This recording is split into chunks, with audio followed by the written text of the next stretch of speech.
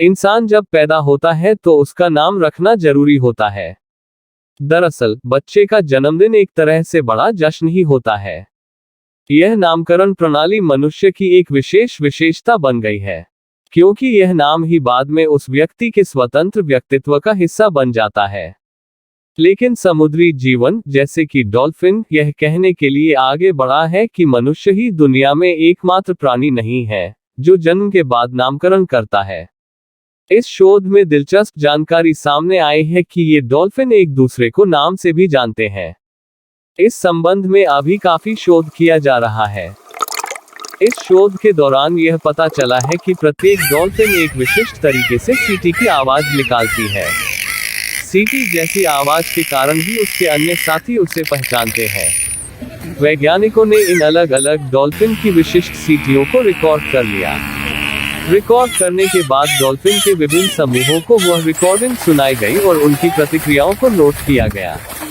इससे यह पता चला कि अगर उनके समूह में रहने वाले किसी डॉल्फिन की सीटी की आवाज आती है तो वे उस सीटी पर पूरा ध्यान देते हैं। इसमें कोई शक नहीं कि डॉल्फिन एक दूसरे से संवाद करने के मामले में अन्य जानवरों से बहुत आगे हैं। कुछ वैज्ञानिकों का मानना है कि डॉल्फिन की अपनी एक पूरी तरह से विकसित भाषा है।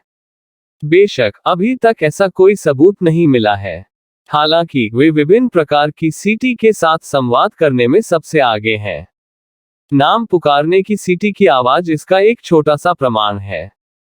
आमतौर पर प्राकृतिक अवस्था में उनके संवाद का 50% भाग नाम से पुकारना होता है। लेकिन अगर आप इन डॉल्फिन को ऐसी जगह रख दें जहां ये हमेशा एक दूसरे को देख सकें, तो उनका उस तरह से सीटी बजाना कम हो जाएगा और वह दूसरी तरह से सीटी बजाने लगेंगे। वैज्ञानिक अभी तक इसकी व्याख्या नहीं कर पाए हैं।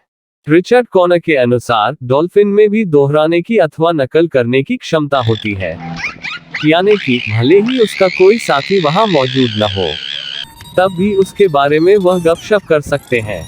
हालांकि अन्य जानवरों के पास ध्वनि के उतार चढ़ाव की मदद से संवाद करने का एक तरीका होता है, परंतु वैज्ञानिकों को अन्य जानवरों के पास डॉल्फिन जैसी विशिष्ट नामकरण प्रणाली होती है ऐसे प्रमाण नहीं मिले हैं।